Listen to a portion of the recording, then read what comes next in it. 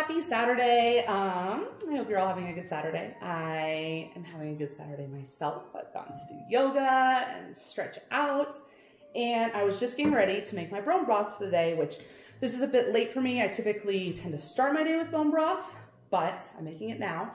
And it reminded me that a lot of you guys have asked me about intermittent fasting and bone broth. I mentioned that when I first came back on Instagram a couple weeks ago, and since then I've had some people say, hey, you know, you're going to talk about this and you haven't yet. Could you please? So I'm going to talk about it now.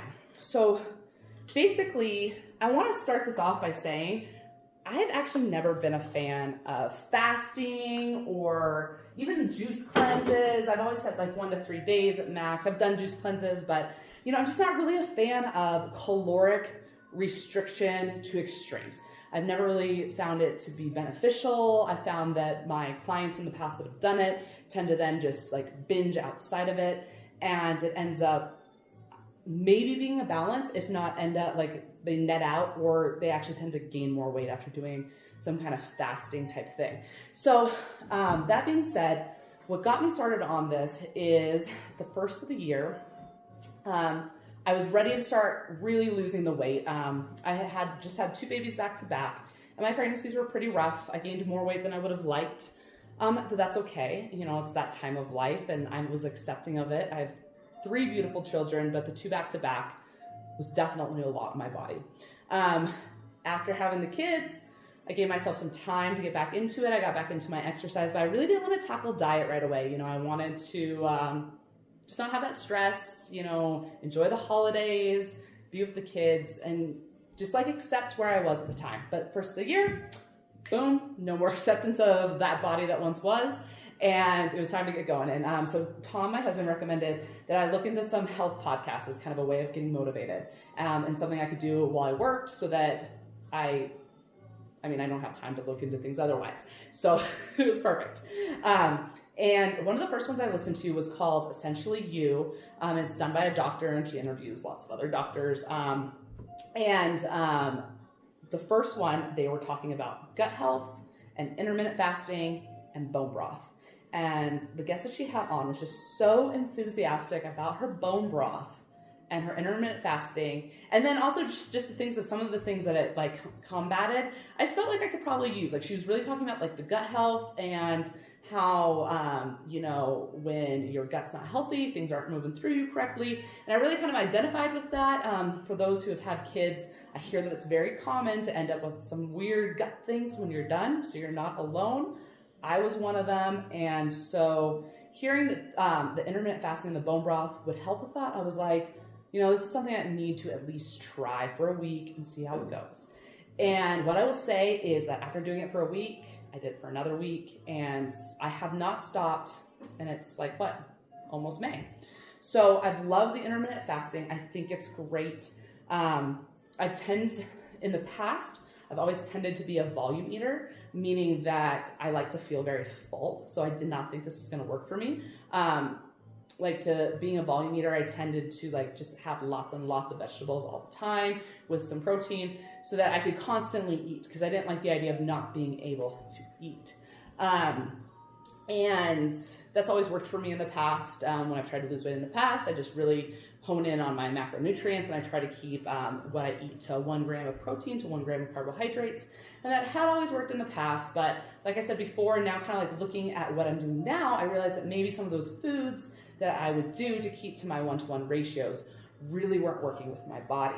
Because since I've started doing this, I actually do not feel hungry. I have way more energy, and I just feel great. So I have to imagine that for once in my lifetime, I know what it's like to have normal, balanced blood sugar levels. So I can't speak highly enough about the bone broth and the intermittent fasting.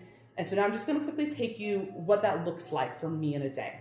So one of the things, the biggest rule with intermittent fasting is that when you're on your fast, you everything that you have, you can have anything that's under 50 calories a cup.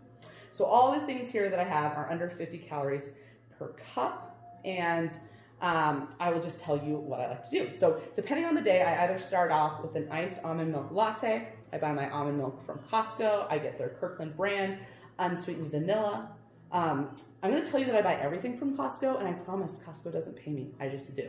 We're a family of 5, and I love Costco. It's like going to the mall for me, because we don't have a mall here. So I go to Costco. Anyways, I either start with an iced almond milk latte, or I start with my bone broth. And I like to, so with bone broth, I played around with all the different kinds. Yes, you can make it on your own, and if you are that industrious, I think you're awesome. I don't have time, so I buy it. And I have found that I like this chicken one the best. I tried like just trying straight bone and straight chicken, and I definitely gravitate towards chicken. The beef is a bit much, but the beef, while it has less protein per cup, the chicken tends to have 9, the beef tends to have 4. The beef broth has iron, vitamin C, vitamin A, and calcium, which the chicken does not. So I found that my favorite blends lately has been to put 3/4 of the chicken with 1/4 of this, and it comes up with a very flavorful blend. And then I feel like I'm getting more nutrients and like a wider range of proteins, which is just overall pretty awesome. It keeps things varied. So that's what I like with my bone broth. Real quick, I want to add, one of the things that she loved about the bone broth was just that, starting with the nutrients. I mean, so most things, if you look at this, like, almond milk, it has 1 gram of protein for that serving size. A kombucha, it's got no protein. Juice, I would doubt has any protein. Oh, it's got 1 gram. The juice has 1 gram. But the bone broth, having that 4 to 9 grams of protein leaves you feeling very satiated. So I mean, that's part of the biggest thing. You can have as much bone broth as you want. The other thing that the bone broth has is a lot of collagen protein specifically. And collagen protein has been shown to like help your joints and help all kinds of things, but it also helps gut health, which is kind of one of the things that I mentioned. And one of the reasons why the collagen in the bone broth is so good for your gut health is because when we get like breakups in the lining, this is the best way I understand it, but when we eat bad things and things that don't work with our gut and things are getting out of whack, we're actually creating little tears in our gut. And the collagen protein is kind of like a Band-Aid. It kind of helps go in and smooth everything out. So it's very soothing. So it's interesting. I found with my pregnancies, I had a ton of morning sickness, but even after my pregnancies were over, I noticed this still lingering nausea in the morning. Like I just didn't want to eat in the morning. One of the reasons why I thought the intermittent fasting might actually work for me, because I wasn't necessarily hungry in the morning.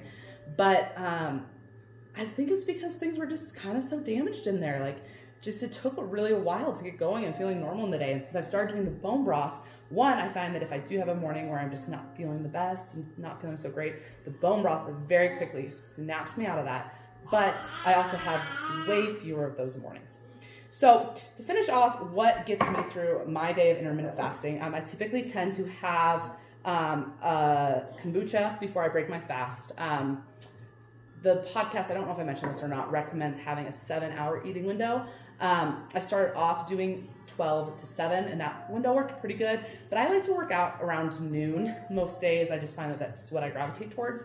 So I've found more and more that I'm actually breaking my fast back, and sometimes I don't break it till 1 or 2 or even 3 or 4, and my first meal is often dinner. So the nights where it is dinner, I tend to then maybe eat until 9. So I would like to keep closer to that 12 to 7 hour window, but sometimes with the kids, it's just not possible. And like I said, I'm not really a big fan of like calorie restriction. So if I know I haven't eaten in the day, I'll let the window go a little bit north. And then on a day where I'm feeling just like, some days, you need some sugar. I will have my green juice in the morning as well. This green juice is 50 calories per serving. So it's like right there on that barrier of where you're supposed to stop.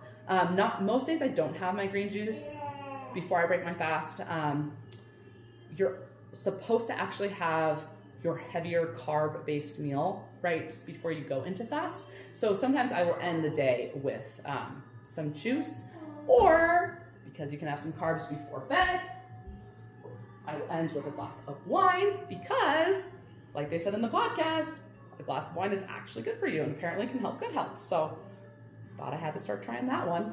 And yeah, after then, I have glass or two of wine a couple times a week. And overall, since I've started doing this intermittent fasting, my body, no matter what diet I've ever done, it always takes about 2 months to respond.